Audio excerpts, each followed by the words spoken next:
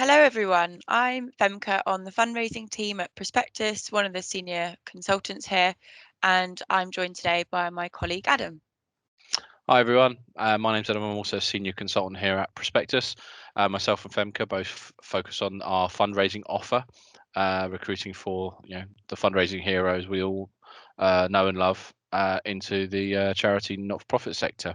Prospectus as a whole, we only work with charities, not-for-profits, social enterprises, people with a real mission, and we cover everything from recruitment advertising through to exec search, communications, all core functions, through permanent, contract and temporary. So we're a bit of a one-stop shop for everything you could need. Why are we talking to you today though? Well, great question. We are going to be talking to you today about your fundraising CV. What we are constantly asked and what we are always happy to help with is how should your CV look? What should be on your CV? How should it be structured? What are people looking for? And I think we decided to put together a sort of a video to give you some top tips on what should be on it, what should be the structure, how should I present it, and come up with some real top tips. First thing is to note your CV is subjective. It represents you, it's your shop window, and it's going to be read by someone who has their own ideas on how a CV should be presented, and should be, written about you. So we decided to put together some fail-safe tips on how to make it as good as possible. And the real big first one for us is something we see a lot, is to keep it concise with simple formatting. Consider this a point of accessibility for the reader. Some screen readers might not work with lots of different images, fonts, boxes, and if they're used, it's just another reason to keep it straightforward. This is a fundraising CV. In other areas, as I say, for you, it might be that you need something different, but for fundraising and for this focus role, we would advise a real nice, simple format. Thanks, Adam. So onto the actual content of your CV. So firstly, you want to have your name on there and you want to have contact details. So a phone number and email address will be enough. You also might want to put the date that you put the CV together on there as well. We quite often see people put lots of extra information at the beginning. So it might be that they add their date of birth, they might have a photo on there, they might share a disability, they might add that they have children or marital status, and none of that detail really needs to be on there. So we would advise removing that at this stage of the process. Yeah, avoiding any sort of protected characteristics. There's no need at this stage. Then there are two bits that are optional. A profile, mission statement, and if you are going to have a profile or mission statement right at the top of the CV, it should be really simple. It should be, I am an expert in direct marketing, individual giving, fundraising, corporate fundraising, something along those, which tells me in the first line exactly who you are, and the second line should be what I'm looking for. I am this person. I am looking for this. So straight away, there's no ambiguity. I know you're this person, and I know you're looking for that. The next section, which you might include, which it's depending on what role, you should be tailoring this section to each role you're applying for with relevant experience, is a skills, achievements, and key competencies section.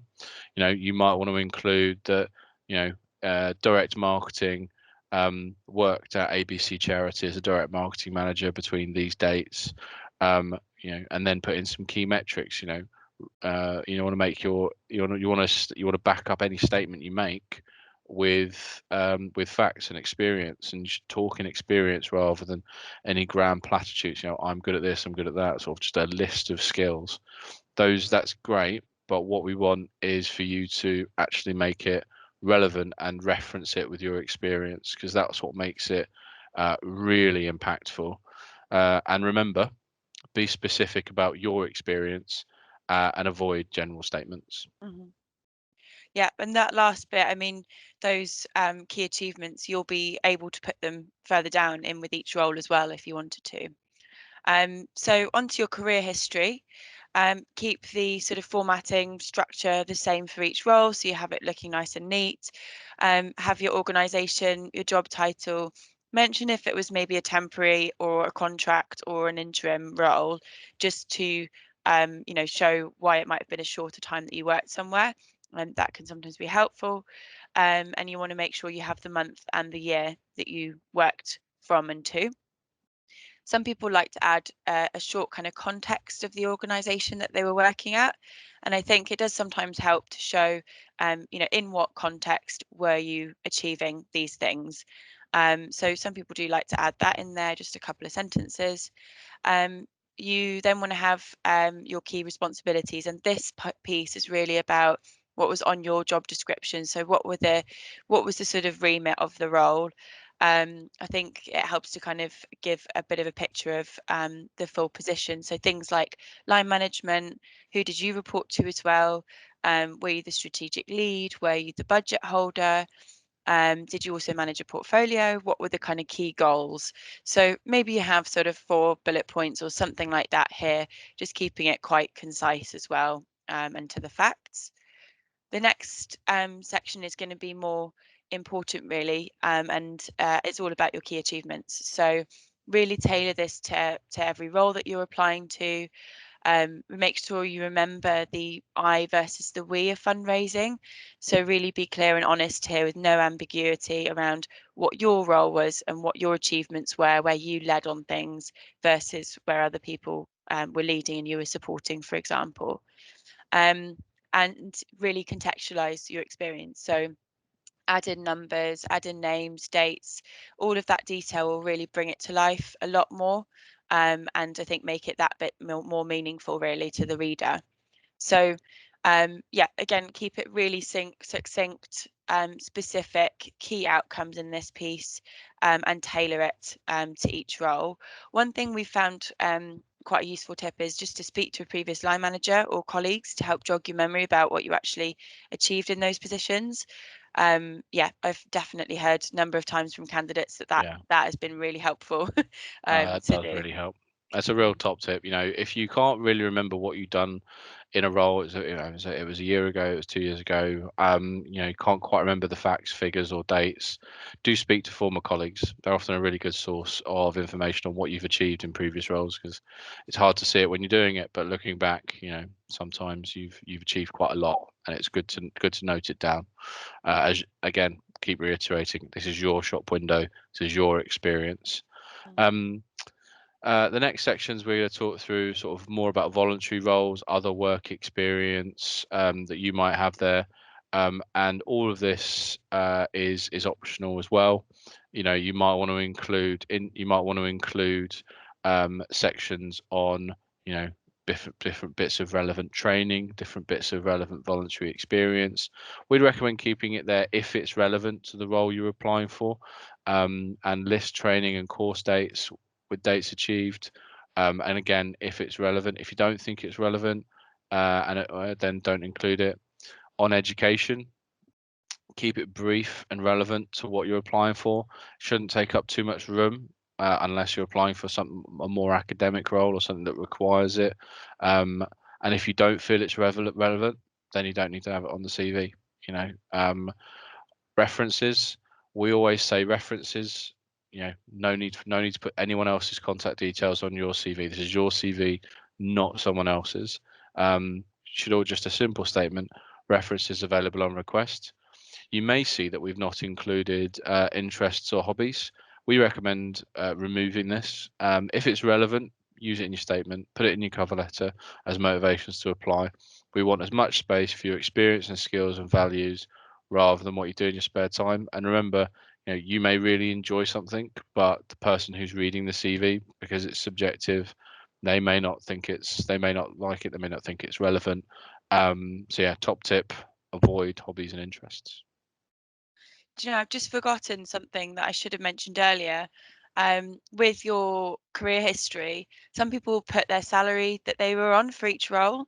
And that's something I have seen come up. I know you have as well, Adam, from time to time. And it's definitely not useful or necessarily to kind of have your previous salaries listed there per role. What a recruiter or an organisation should be asking you is what salary you're looking for in the next position, rather than basing it on what Yeah, you were on before. great tip. So some other final kind of top tips that we thought you might find useful. And the first piece is really on CV length. So I think people often have an idea of how long they think it ought to be, maybe up to 2 sides or 1 side even. And for us, the longer your career, really, the longer your CV is going to be. And I think there's an element of just using your judgment here on which bits are more important than others. So, for example, your kind of career history that's longer ago, or maybe they're more junior posts and you're now in a much more senior position, you might only need to put the job title and the organization and the dates for those, rather than going into any detail. But likewise, it might be that you have a role that you've been doing more recently. Maybe you've been temping and it's not really relevant to something, that you're applying to, and you might want to do it for that. You might want to shorten that section and have a longer bit previously for that's relevant for the role you're applying to. So think about how you kind of adjust your CV to tailor it per role. And with the length, don't worry too much if you feel like it's too long. I don't think I've ever actually had that feedback from an organization that the CV was just too long. It's more a case of, was it all relevant, or was there a Yeah. lot there that wasn't relevant? Yeah, yeah, and as Femke says, use your judgment here. Mm, If you've had a longer career, you're going to have a longer CV. If you've had a shorter career, it's going to be a shorter CV. mm. Gone are the days where people just ask for a two-page CV in many cases. So on career breaks and gaps, it's up to you. This can always be queried later by the hiring team if needed.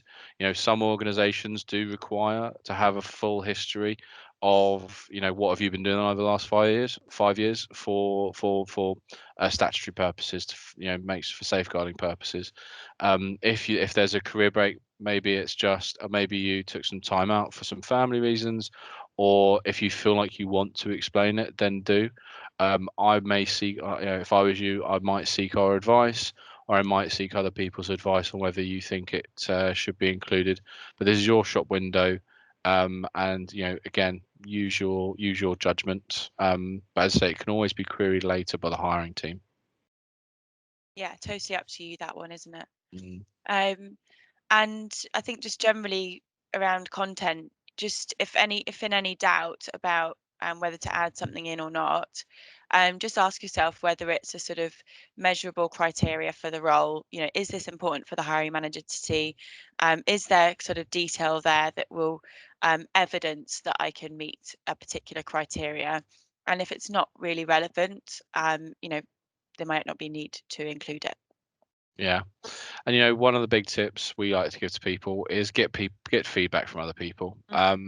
You know, we want this to be the best shop window for you physically possible, and so therefore, just to cap off, this is your fundraising CV. Do download our fundraising CV template. You can see it in the comments. You can see it in the links below. Um, do get in touch with us directly if Mhm. you have any questions. We're always really keen to help. We're always really keen to be part of your fundraising journey. And I think it's safe to say, we're here for the sector when you need us, really. Thanks so much, everyone, and hope to speak to you soon. Bye.